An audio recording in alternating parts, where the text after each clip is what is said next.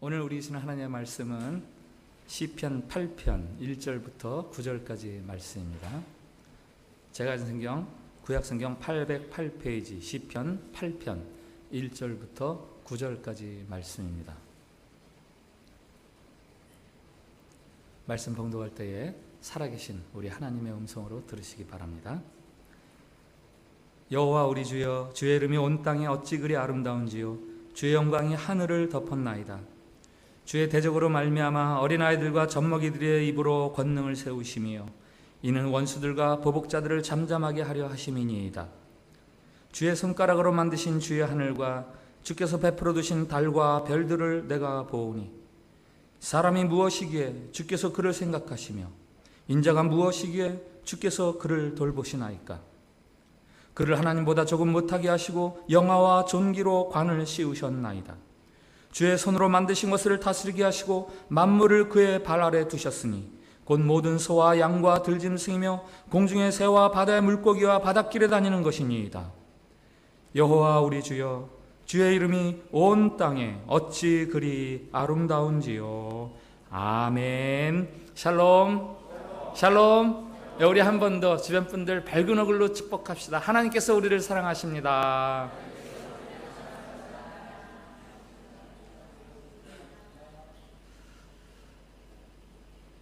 톨스토이의 작품 중에서 사람은 무엇으로 사는가라는 소설이 있죠. 짧은 소설인데 하나님이 명령을 거역한 천사를 지상으로 추방하면서 숙제를 내줍니다. 3가지 문제를 답을 구하면 네가 다시 천사로 올라올 수 있다. 첫 번째 문제는 사람의 마음속에는 무엇이 있는가? 두 번째 문제, 사람의 마음속에는 무엇이 없는가? 그리고 마지막 3번째, 사람은 무엇으로 사는가? 그래서 이 책의 제목이 사람은 무엇으로 사는 거죠. 땅에 내려와서 죄와 공으로 살아가면서 이 사람이 된 천사가 드디어 이 3가지 질문에 답을 찾아냅니다. 첫 번째 질문, 사람의 마음속에 있는 것은 무엇인가? 그가 찾아내는 답은 사람의 마음속에는 사랑이 있구나라는 거예요. 두 번째, 사람의 마음속에는 무엇이 없는가? 그가 찾아내는 답이 있습니다. 사람에게는 지혜가 없구나. 자기에게 뭐가 필요한지, 자기에게 당장 무슨 일이 일어날지 이런 게 아는 지혜가 없구나. 그리고 마지막 3번째, 사람은 무엇으로 사는가? 그가 찾은 답은 사람은 사랑으로 산다라는 답이었습니다. 자기가 천사였을 때 하나님이 명령을 내립니다. 내려가서 저 여인의 영혼을 데려와라. 갔는데 막 쌍둥이를 출산한 여인이에요. 그 아버지는, 남편은 일주일 전에 나무하다가 나무에 깔려서 죽은 사람이에요. 이 어머니의 영혼까지 데려가면 이 막 태어난 아이들은 어떻게 살아남을까? 도저히 그렇게 할 수가 없어요. 그래서 그 명령을 거역했어요. 그래서 하나님이 땅으로 추방을 시킨 거죠. 땅에 내려와서 죄와 공으로 일하는데 어느 날 6살 낳는 2 여자아이가 구두를 맞추러 와요. 어떤 우아한 여인과 함께. 보니까 그 아이들이에요. 자기는 6년 전에 그들의 어머니가 죽으면 이 아이들은 살아남지 못할 것 같아서 하나님의 명령을 거역했는데 지금 와서 보니까 그 어머니가 없어도 이 아이들이 잘 자라났어요. 동네 아주머니가 그 아이들이 너무 불쌍하니까 돌봐준 거예요. 엄마 역할을 대신하면서. 자기는 죽을 줄 알았는데 이 아이들이 이렇게 잘 자라나는구나. 사람은 사랑을 먹고 사는구나. 아이들을 위한 동화같이 간단하고 분량도 한 10분 정도만 읽으면 다 읽을 수 있는 그런 짧은 책입니다만은 톨스토이가 이 책을 쓸 때 나이가 53살. 대문호요 사상가라고 할 수 있는 그가 인생의 가장 그 생각이 완숙하고 경지가 깊은 50대에 이런 동화 같은 이야기를 쓴 이유가 뭘까요? 바로 사람에 대한 관심 때문입니다. 사람에 대한 관심. 이 책에 하나님이 낸 세 가지 질문은 사실 하나님이 천사에게 주는 질문이 아니죠.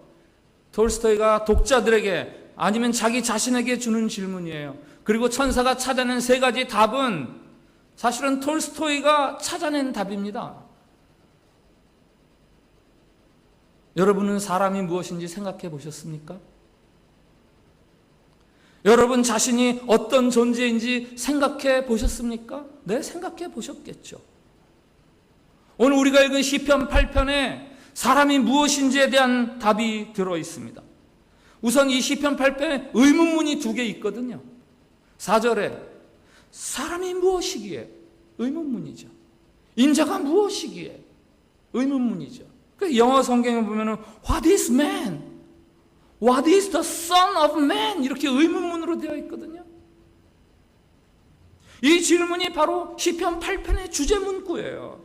사람이 무엇이냐? 라는 질문을 통해서 시편 8편은 우리들에게 사람이 무엇이다 라는 답을 주고 있습니다. 시편 8편이 주는 사람은 어떤 존재입니까? 첫 번째, 사람은 매우 연약하고 보잘것없는 존재다라는 거예요. 한번 따라해 주시기 바랍니다. 사람은 연약하고 보잘것없습니다. 한 번 더, 사람은 매우 연약하고 보잘것없습니다. 이 시의 배경은 원수와 보복자들로부터 쫓겨다니다가 동굴이라든지 이런 임시 거처에서 잠시 휴식을 취하는 그런 사람이 밤 시간에 나와서 밤하늘을 보면서 부르는 노래죠.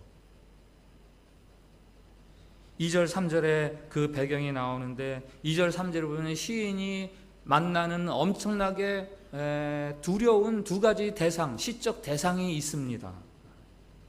그러면서 난 참 보잘것없구나 라는 생각을 하게 되죠. 한번 같이 읽어볼까요? 2절 3절 시작. 주의 대적으로 말미암아 어린아이들과 젖먹이들의 입으로 권능을 세우심이여 이는 원수들과 보복자들을 잠잠하게 하려 하시리이다. 주의 손가락으로 만드신 주의 하늘과 주께서 베풀어 두신 달과 별들을 내가 보니 주의 손가락으로 만드신 저 하늘, 저 달과 별들을 내가 봅니다. 여러분들도 밤하늘을 보신 적이 있으시죠? 무슨 생각이 드셨어요? 아름답다. 반짝반짝. 그런 생각 누구나 대부분 그렇게 생각하시죠. 혹시 밤하늘을 보시다가 무섭다, 무서워, 이런 생각 해본 적 없으세요? 저는 구체적으로 생각은 안 나지만 그런 경험이 있었던 것 같아요. 그 무한한 밤하늘을 쳐다보면서 무서운 생각, 경외감. 나는 정말 먼지 같고 조그만 존재. 오늘 시편 8편의 맥락을 따라가다 보면은 이 시인은 끝없이 펼쳐 있는 밤하늘을 바라보면서 자신의 왜소함을 느끼는 거예요. 자신의 무가치하고 무력함. 그리고 자신을 초라하게 느끼게 하는 또 한 가지가 있다면 바로 2절의 원수들과 보복자들. 나를 괴롭히고 나를 계속 못살게 구는 대적하는 사람들. 그들에 비하면 나는 어린아이요 젖먹이에 도저히 내 힘으로 그를 감당을 할 수가 없어요. 아무 저항할 힘이 없는 무력함이에요. 어쩌다 지금 이렇게 잠시 피해 있긴 하지만 저 거대한 밤하늘에 비하면 정말 왜소한 나같이 원수와 대적자들 보면 나는 아무 대적할 힘이 없는 연약한 자예요. 그래서 자신에 대해서 초라하게 느끼는 거죠. 허무하게 느끼는 거죠. 20세기의 대표적인 시, 그러면은 손꼽히는 시가 있습니다. T.S. 엘리엇의 황무지. 다 아시는 시입니다. 번역본으로 무려 45페이지에 달하는 긴 시예요. 시가 45페이지예요. 5줄 쓰기도 힘든데. 그 황무지라는 시의 프롤로그, 서문이 있어요. 그 서문 속에는 어떤 신화를 바탕으로 한 짧은 이야기가 담겨 있어요. 항아리가 하나 있어요. 거기서 노랫소리가 나옵니다. 나 좀 죽게 해줘. 항아리가 보이진 않는데 그 안에서 노래가 나와요. 나 좀 죽게 해줘. 요즘으로 하면 멜로디 박스 딱 누르면 나 좀 죽게 해줘 나오는 거예요. 그 노래를 부르는 사람은 한 노파예요. 이 노파는 신탁을 받았습니다. 손에 쥘 수 있는 먼지의 수만큼 살 수 있는, 뭐 수천 년을 살 수 있는 그런 신탁이죠. 근데 하나 빠뜨린 게 있어요. 젊음을 유지하는 걸 빠뜨렸어요. 갈수록 점점 몸이 늙어가면서 초라해지고 볼품이 없어지고 사람들 보기가 너무 창피하니까 항아리 속으로 숨어 들어가는 거예요. 그 안에서 노래합니다. 나 좀 죽게 해줘. 그리고 그 서문을 열면 첫 번째 19절이 나와요. 여러분들이 너무 잘 아는 19절. 4월은 가장 잔인한 달. 4월은 가장 잔인한 달. 왜 4월이 잔인합니까? 4월에 사랑이 깨져서인가요? 4월에 무슨 배가 가라앉아서 수백 명이 죽어서입니까?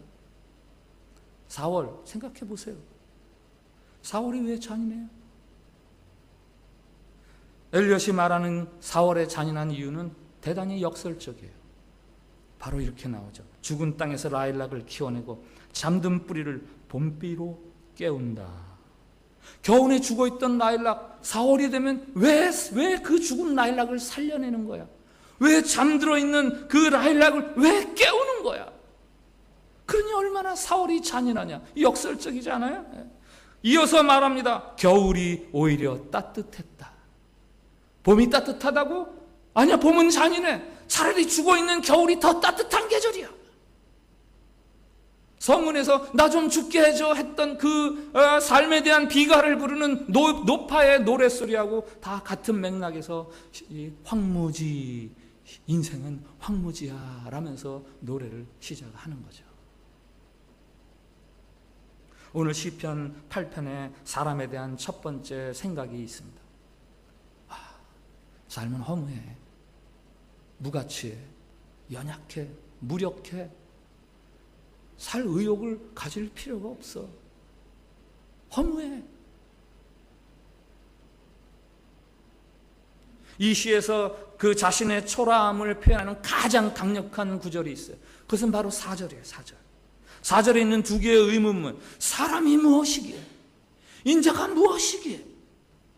이 속에 자신의 그 무력함, 초라함이 담겨 있습니다. 여기 사람이란 말은 히브리 말로 에노시라는 말인데요. 히브리 말에는 사람을 가리키는 여러 단어가 있어요. 그 중에서 에노시라는 말은 뜻이 깨지기 쉬운, 부패하기 쉬운 이런 거예요. 사람의 연약함을 나타낼 때 에노시라는 말을 쓰면서 사람이 이렇게 얘기하거든요. 사람이 무엇이기에? 나는 깨지기 쉬운 존재입니다. 나는 부패하기 쉬운 존재입니다. 나는 사라지기 쉬운 존재예요. 밤하늘, 저 광활한 우주에 비해서 나는 정말 보잘것없는 사람이죠. 내가 무엇이건데? 인자가 무엇이게? 인자, 이게 두 가지 단어의 합성어거든요. 사람의 아들이죠. 사람의 아들. 히브리 말도 두 단어로 합쳐 있어요. 벤 아담. 벤은 아들이란 뜻이거든요. 벤허 그러면은 허의 아들, 허씨 집안 아들이란. 벤 아담. 아담은 뭐예요? 첫 번째 사람 이름이기도 하지만 사람이라는 일반 명사이기도 해요. 아담의 원래 뜻이 있어요. 붉다 이런 뜻이에요. 붉다. 하나님이 태초에 사람을 흙으로 빚으시고 아담이라고 이름 지으셨죠. 왜 아담이라고 이름 지으셨죠? 흙에서 왔기 때문에 붉은 것이 흙이에요. 너는 흙이다라는 거예요. 너는 아담이다. 너는 흙이다. 흙의 아들이 무엇이기에? 먼지 같은 내가 무엇이기에? 이런 의미죠. 사람이 무엇이기에? 인자가 무엇이기에? 이 말은 나는 깨지기 쉬운 연약한 존재, 무기력한 존재인데 라는 고백이 먼저 전제되어 있는 거예요. 그러나 이 시 속에 또 다른 자신의 존재에 대한 인식이 하나 더 들어있는데 그것은 정반대의 생각이에요. 자신에 대한 존귀함, 자신의 영광스러움에 대한 이야기입니다. 한번 따라해주세요. 사람은 귀하고 영광스럽습니다. 한 번 더. 사람은 귀하고 영광스럽습니다. 우리 5절부터 8절까지 한번 같이 읽어보겠습니다. 5절부터 8절 시작. 그를 하나님보다 조금 못하게 하시고 영화와 존귀로 관을 씌우셨나이다. 주의 손으로 만드신 것을 다스리게 하시고 만물을 그의 발 아래에 두셨으니 곧 모든 소와 양과 들짐승이며 공중의 새와 바다의 물고기와 바닷길에 다니는 것이니이다. 아멘. 자신의 머리를 보니까 영화와 존귀의 면류관이 씌워져 있어요. 자신의 자리를 보니까 하나님보다 조금 못한 자리, 저걸 긍정문으로 바뀌면 하나님 다음 가는 자리. 그래서 공동번역 성경문에는 그를 하나님 다음 가는 자리에 앉히시고 이렇게 되어 있어요. 자신에 대한 굉장한 그 존귀함을 표현하는 단어죠. 내 손을 보니까 내 손에는 만물을 다스리는 권세가 내 손 안에 들려져 있어요. 아무리 둘러보아도 나 같은 피조물이 없어요. 괜히 어깨에 힘이 주어지고 목이 뻣뻣해지면서 고개가 들려지는 거예요. 나 괜찮아 이 정도면. 2절 3절에서의 그 자신에 대한 비참한 감정과 정반대의 그 긍정적인 생각이 이 5절 이하에 나오죠. 왜 이런 반전이 일어나는가? 왜 이런 반전이 일어나는가? 이것이 바로 이 시의 핵심이에요. 이 시를 아래 위로 반절을 딱 접으면 1절하고 9절은 여호와 우리 주여 주의 이름 어찌 그리 아름다운지요. 이 시의 후렴이잖아요. 그거를 제하면은 가운데 4절을 중심으로 해서 앞에는 부정적인 것에 대한 이야기가 몰려있고 뒤에는 긍정적인 것에 대한 이야기가 몰려있고 앞에는 회색, 잿빛, 밑에는 핑크빛, 녹색. 그 중간에 4절이 있어요. 4절. 그 4절이 굉장히 중요합니다. 이 시에서. 4절을 한번 같이 읽어봅시다. 시작. 사람이 무엇이기에 주께서 그를 생각하시며 인자가 무엇이기에 주께서 그를 돌보시나이까. 아멘. 깨지기 쉬운 내가 뭔데 주께서 나를 생각해 주십니까? 이 먼지 아들, 흙의 아들이 뭔데 주께서 나를 돌보십니까? 하나님이 나를 생각해 주시고 나를 돌보시는구나 라는 그 깨달음이 이 시의 핵심인 거죠. 저기 생각하다 라는 동사가 히브리 말로 자카르, 타자만 붙이면 자카르타예요. 자카르. 이게 그냥 얼핏 생각하는 게 아니라 냉장고에 있는 그 아이스크림 이렇게 생각하는 게 아니라 계속 잊지 않고 기억하고 있는 거, 그거를 나타내는 동사예요. 나는 하나님 잊어버려도 하나님은 나를 잊지 않고 계시지 하는 게 하나님이 나를 생각하신다. 돌보신다라는 저 동사는 파카드. 이 영어로는 두 가지 의미를 소개할게요. 하나는 케어, 돌보다. 우리가 비슷한 말이잖아요. 케어다, 케어. 또 하나의 동사는 visit, 방문하다. 생각하다가 와서 방문해가지고 찾아와서 막 도와주고 하는 파카드. 그리고 이 생각하다와 돌보다 저게 우리 말에는 그런 시제가 없습니다만은 히브리어에 시제가 있거든요. 미완료형이라는 시제가 있어요. 그것은 이제 이전부터 그치지 않고 계속 지금도 일어나고 앞으로도 일어날 그런 행동을 나타낼 때 미완료 시제를 쓰는데 저게 다 미완료형 시제. 하나님이 지금도 나를 생각하고 계시고 나를 돌보고 계시고. 시인의 생각이 이렇게 반전이 되는 것은 갑자기 자기 몸집이 자기가 경외감을 갖고 바라봤던 하늘보다 더 커져서 그렇게 된 게 아니에요. 자신을 괴롭히던 대적자들이 자신한테 와서 우리 화해하자, 우리 MOU 맺자 해가지고 이제 나하고 친한 친구가 돼서 그 생각이 그렇게 바뀌는 게 아니라고요. 어떻게 바뀐다고요? 나를 기억하시고 나를 돌보시고 나를 찾아주시는 하나님이 계시지 라는 것을 생각하는 그 순간 자신이 그렇게 변화되는 거예요. 이게 얼마나 소중한 깨달음인지, 이 하나님의 사랑에 대한 얼마나 절실한 깨달음인지 표준 세번역 성경에서는 4장에 이렇게까지라는 말을 넣어서 번역을 하고 있어요. 사람이 무엇이기에 주님께서 이렇게까지 생각해 주시며 사람의 아들이 무엇이기에 주님께서 이렇게까지 돌봐 주시나이까. 성경이 말하는 하나님이 우리를 생각하시고 기억하시고 찾아주시고 돌보아 주시는 사건이 있잖아요. 뭡니까? 예수 그리스도의 사건이죠. 하나님이 육신을 입고 이 땅에 찾아와 주시고 우리의 모든 죄, 우리의 무거운 인생의 짐들을 떠맡아 안으시고 그리고 십자가에 달려 죽으시고 그리고 부활하신 사건. 하나님 모른 채 고아처럼 마치 부모 없는 아이들처럼 난 내 힘으로 내 인생 살아가야 돼 라고 살다가 발버둥 치다가 인생의 허무함과 그 무기력함에 빠져있는 우리들, 그러나 하나님은 우리를 잊지 않으시고 기억하시고 보시고 돌아오기를 기다리다 내가 가지, 그리고 그냥 찾아오셔가지고 그렇게 우리의 것을 대신해 주시는 그 하나님의 이야기, 그 하나님 아들의 이야기가 바로 하나님의 이야기죠. 이것이 바로 우리들을 향해 물 붓듯이 쏟아 부어주시는 하나님의 사랑 이야기 아닙니까? 폭포수같이 하늘에서 쏟아지고 있는 나이아가라 폭포 보니까 정말 저는 놀란 게 무슨 물이 이렇게 끊어지지 않고 계속 1년 365일 쉬지 않고 이렇게 많은 물이 흘러내리나. 아니 1년이 아니죠. 하늘에서 지금 그 같은 사랑이 나에게 쉬지 않고 쏟아지고 있구나. 이거를 시인이 깨닫는 거예요. 여러분, 여러분이 세상을 힘있게 살아가기 위해서 무엇이 필요합니까?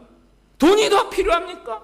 아니에요. 여러분에게 더 필요한 것은 더 깊은 희망이 필요한 거예요. 우리에게 필요한 것은, 우리가 용기 있는 삶을 살아가기에 필요한 것은 막연한 낙관론이 아니에요. 혹은 DNA 서열이 바뀌어서 내 기질이 그 긍정적이고 좀 유쾌한 그런 기질로 바뀌면 내가 용기 있게 살아갈 수 있는 거 아닙니다. 우리에게 필요한 것은 더 깊은 희망이에요. 더 깊은 희망. 예수 그리스도의 성육신과 그의 죽으신 그의 부활의 이야기야말로 우리가 스스로의 삶에 대해서 용기를 가지고 살아갈 수 있는 가장 희망의 이야기죠. 희망이 있다면 우리는 어떤 최악의 사태에서도 절망하지 않을 수 있어요. 용기 있게, 심지어는 죽음까지도 우리가 희망이 있다면 받아들일 수 있는 거예요. 아멘 하면서. 성경이 말하는 희망의 근거는 여러분들의 환경이 아닙니다. 여러분됨이 아니라 바로 하나님의 사랑이 성경이 말하는 모든 인생의 희망의 근거예요. 오늘 시인은 그거를 발견합니다. 나는 참 살만한 사람이구나. 창녀가 임신을 했어요. 창녀가. 정상적인 결혼 관계에서 임신한 아이가 아니니까 엄마 주변 사람들 다 싫어하죠. 저주하죠. 아이가 태어났을 때 아무도 축하하는 사람 없고 탯줄조차 끊어주지 않고 그냥 따뜻한 물로 씻어주지도 않고 그냥 포대기에 싸서 피투성인 채로 갖다 버렸어요. 너 죽어라 하는 거죠. 너는 인생의 짐이야. 그런데 지나가던 사람이 그 아이를 발견하고 데려다가 씻어주고 보살펴주고 먹여주고 아이가 무럭무럭 자라면서 이목구비가 예쁘게 자라고 그래서 금팔찌를 해주고 수정 목걸이를 해주고 너무 예쁘게 자라가지고 드디어 왕과 결혼한 창녀의 아이가 왕비가 되는 거예요. 에스겔 16장에 나오는 이야기입니다. 이 아이가 누구입니까? 예루살렘. 바로 저와 여러분이죠. 이 아이를 돌보는 그 사람은 누구입니까? 바로 하나님이시죠. 엄마마저도 창피하다고, 더러운 아이라고, 피 묻은 채 버린 아이. 그러나 거두어서 돌봐주셔서 왕으로 만들어주시는 하나님. 이 엄청난 사랑을 여러분들이 알고 계십니까? 이 이야기의 주인공이 여러분이라는 사실에 대해서 알고 계십니까? 여러분이 존경하게 된 까닭이 있어요. 그것은 바로 하나님의 사랑 때문에 값없이 내 자격에 상관없이 주시는 은혜, 그 은혜를 깨달아 할 때 부르는 노래가 바로 이 시편 8편이에요. 감당할 수 없는 사랑. 야, 너 별 볼 일 없어. 너 얼굴 보면 내 기분이 나빠져. 좀 얼굴 좀 돌려. 너 가까우면 왜 이렇게 냄새가 나냐? 너 좀 저리 가라. 아니 너 내 생각에서 너 좀 빠져주면 안 되냐? 우리는 그럴 수밖에 없는 죄투성이, 부족하고 연약한 자들, 하나님을 배반했던 자들. 그러나 하나님은 그렇게 대하지 않으시고, 그래 너 이리 와라. 내가 너를 안아주마. 너를 돌보아주마. 너를 사랑한다. 아름답고 향내나는 두 팔로 우리를 꽉 껴안아주시고 가슴속에 묻어주시는 하나님. 그 하나님을 알게 될 때 부르는 노래가 바로 이 시편 8편이에요. 이 시편 8편의 1절과 9절 똑같은 구절이잖아요. 이 노래가 그렇게 사랑받는 이유는 저 처음과 끝을 견고하게 유지해서 아름다움을 노래하기 때문인데, 저 한번 같이 1절과 9절 두 절만 큰 소리로 붙여서 읽어봅시다. 시작. 여호와 우리 주여, 주의 이름이 온 땅에 어찌 그리 아름다운지요, 주의 영광이 하늘을 덮었나이다. 여호와 우리 주여, 주의 이름이 온 땅에 어찌 그리 아름다운지요. 아멘. 여러분, 르바란 휴가 끝나고 돌아오시니까 지금 기분이 어떠세요? 살만하세요? 힘이 나십니까? 아니면 또야? 그 정도로 삶이 어려우십니까? 더 이상 여러분의 삶에 대한 혹은 여러분 자신에 대한 기대가 없는 건 아니에요? 하나님을 바라보세요. 하나님. 예수님을 통해서 계시하시는 하나님. 파스칼은 이렇게 적힌 메모 쪽지를 항상 주머니에 넣고 다녔다 그래요. 그 메모 내용은 예수 생명, 환희, 환희, 환희. 예수 생명, 환희, 환희, 환희. 베드로는 자신뿐만 아니라 예수를 믿는 모든 사람들에게 이렇게 말하지 않습니까? 너희는 택하신 족속이요 왕같은 제사장들이요 거룩한 나라요 그의 소유된 백성이.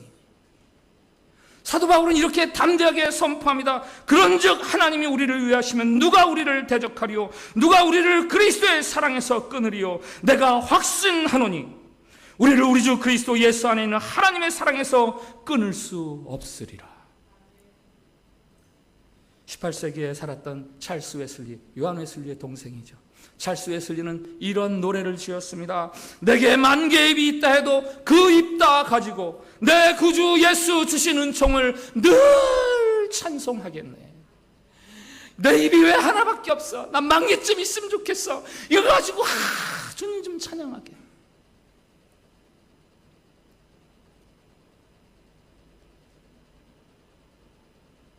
여러분, 우리가 찬양할 대상은, 우리가 찬양해야 되는 이유는 주님이 주시는 어떤 것 때문이 아니라 바로 주님 자신 때문에 우리는 찬양할 이유가 있는 사람들이에요. 그 하나님은 그 본질이, 주님은 그 본질이 우리를 향해 한없이 사랑을 부어주시는 하나님. 우리를 향해 자기 목숨을 내어주시기까지 우리를 사랑해 주시는 분, 하나님의 아들 예수 그리스도, 그분이야말로 우리의 영원하신 노래의 제목이시죠. 6월달 들어서 지난 4주 동안 첫 주부터 계속해서 시편을 지금 말씀드리고 있습니다. 기억나십니까? 첫 번째 주 시편 19편 노래합니다. 나의 반석이시오 나의 구원이신 여호와요. 두 번째 주 시편 23편 여호와가 나의 목자시니 내게 부족함이 없으리로다. 지난주 시편 2편 여호와께 피하는 모든 사람은 다 복이 있도다. 오늘 시편 8편 여호와 우리 주여 주의 이름이 어찌 그리 아름다운지요. 이게 다 행복에 겨워하는 사람들의 노래예요. 행복에 겨워하는 사람들의 노래. 왜? 하나님을 만났기 때문에, 예수 그리스도의 사랑을 알기 때문에. 그들은 모두 자신을 향해 선대해 주시는 하나님, 후대해 주시는 하나님, 자신을 향한 끝없는 하나님의 사랑을 발견한 사람들이에요. 어떤 것도 막을 수 없는 최종적이고 절대적인 사랑의 존재자. 그 사랑이 바로 나를 향해 있다는 것, 그것을 깨달아 알면서 행복에 겨워서 살아가는 거예요. 노래하면서 가슴이 터지도록, 가슴이 터지도록. 예수 그리스도를 믿는다면, 예수 그리스도를 믿는다면 누구라도 이런 노래를 부르면서 살아갈 수 있는 겁니다. 일어나서 찬양합시다. 여호와 우리 주여, 주의 이름이 온 땅에 어찌 그리 아름다운지요.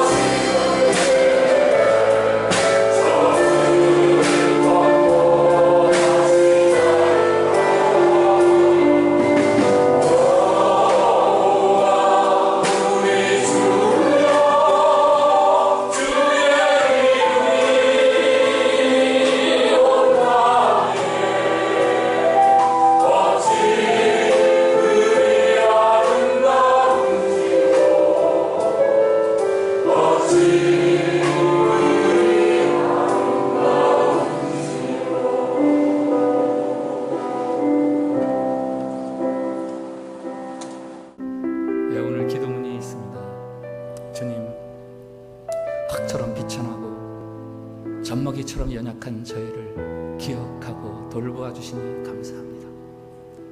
주님, 십자가의 사랑으로 우리가 존귀하게 됨을 다시 한번 일깨워 주시옵소서. 주님, 그 사랑을 영원토록 찬양하며 감사하게 하옵소서.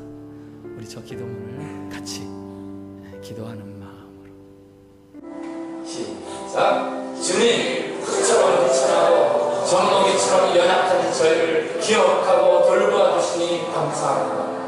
주님 십자가의 사랑으로 우리가 정리하게 됨을 다시 한번 일깨워 주시옵소서. 주님 그 사랑을 영원토록 찬양하며 감사하게 하옵소서. 아멘. 이 시간 하나님 앞에 여러분 각자의 기도를 올리십시오.